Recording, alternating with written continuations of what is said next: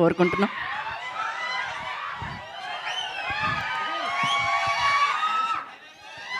ఎంతసేపు అరుస్తారు నేను చూస్తున్నాను.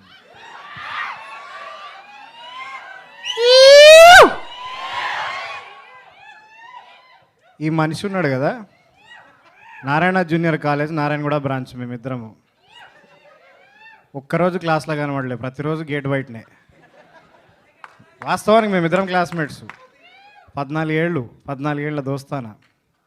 ఫస్ట్ హుషార్లో టార్చర్ పెట్టిండు, హుషార్లో సరిపోయేదని ఈ సినిమాలో నాకు డౌట్ వచ్చింది. ఈ సినిమా చేసేటప్పుడు నేను హుషార్దే ఎక్స్టెన్షన్ సినిమా షూటింగ్ చేస్తున్నానా, ఈ సినిమా షూటింగ్ చేస్తున్నానా అని. కానీ చేయించండు మొత్తానికి. సో ఆగే విన డైలాగ్, సినిమా మొత్తం డైలాగ్లే ఉన్నాయి. చూద్దురా 22 తారీఖు నాడు చూడు. వెళ్ళిపో మరి పో. ఈ మనిషి అప్పులో ఎంబడబడతారు కదా, పైసలి అని. అట్లా నన్ను ఎంబడబడి సినిమా చెప్తే దీంట్లో లాజిక్ ఏముందిరా అన్న. ఫస్ట్ నేను, నువ్వు ఉన్నావు కదా చాలు సరిపోతుంది అన్నాడు. దాని తర్వాత దర్శిగా అని చెప్పిండు స్టోరీ. దర్శిగాడు నాకు ఫోన్ చేసి ఈ సినిమాలో లాజిక్ ఏముందిరా అని అడిగాడు. మనం ఉంటే సరిపోతుందిరా అన్న నేను. దాని తర్వాత విష్ణు గారు అడిగారు నన్ను, మీరిద్దరు చేస్తున్నారు కదా మనం ముగ్గురం ఉంటే సరిపోతుంది అని. సరిపోలే, వీడు 1.5 టార్చర్ పెట్టిండు మమ్మల్ని. ఈ స్పేస్ సూట్లో చూస్తున్నారా, దీనికి పోలేము తినలేము, వంగలేము, కూర్చోలేము, నిలబడలేము.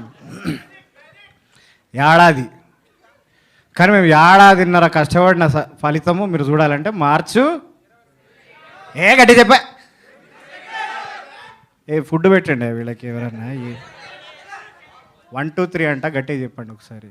1 2 3. చూస్తారు కదా, చూస్తారా లేదా?